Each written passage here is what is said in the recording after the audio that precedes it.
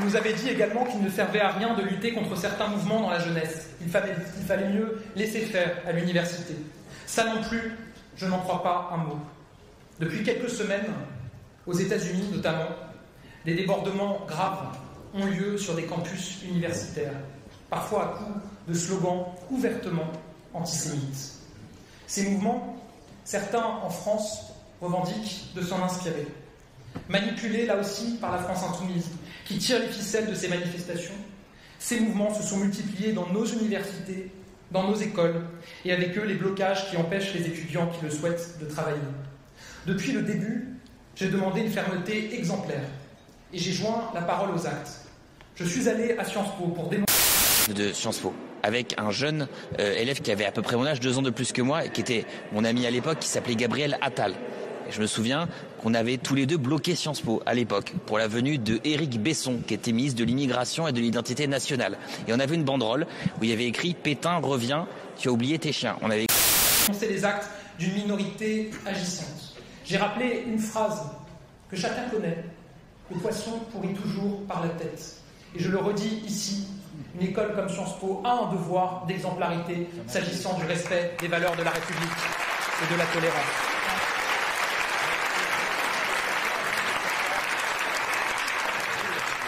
Avec le ministre de l'Intérieur, j'ai systématiquement demandé l'intervention des forces de l'ordre pour libérer les abords de nos universités.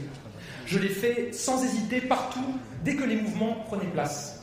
Et je le dis ici, je suis fier qu'en France, contrairement à l'étranger, aucune de ces manifestations de haine ne soit devenue des points de fixation pendant de longs jours, de longues semaines et même de longs mois. Ils sont évacués à chaque fois qu'ils sont installés. C'est le cas en France et cela continuera à l'être. Il n'y aura jamais de droit au blocage. Nous n'accepterons jamais qu'une minorité manipulée prétende faire la loi. Personne ne doit empêcher les autres de travailler, d'étudier, de réviser. Et nous serons extrêmement attentifs à ce que toutes les sanctions soient prises dans le long terme. Et puis les terroristes sont arrivés. Ses amis ont pu partir en courant. Elle avait la jambe dans le plâtre. Elle n'a pas pu partir. Elle s'est réfugiée derrière un véhicule que les terroristes du Hamas ont fait exploser.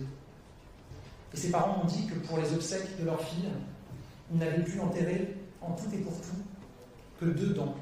C'est tout ce qu'ils avaient retrouvé de leur fille. Mesdames et messieurs, quand on entend de tels témoignages, je le dis, on a du mal à entendre les leçons de morale de certains qu'on entend bien au chaud expliquer à la société israélienne qu'ils surréagissent.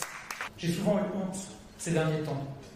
Honte en entendant certains, toujours les mêmes, jusqu'à l'Assemblée nationale, trouver des excuses et relativiser le drame.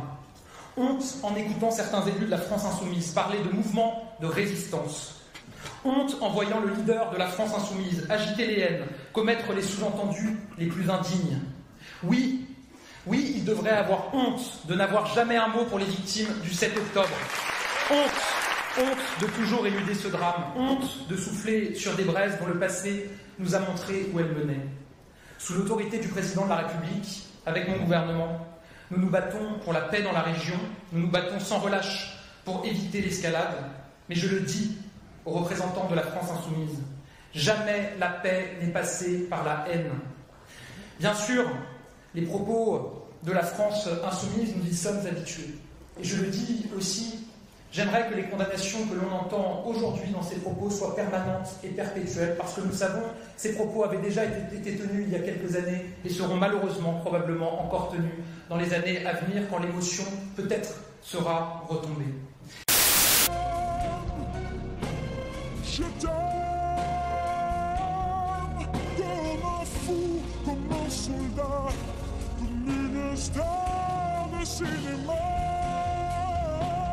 Je t'aime, je t'aime, je t'aime, je t'aime, je t'aime, je t'aime comme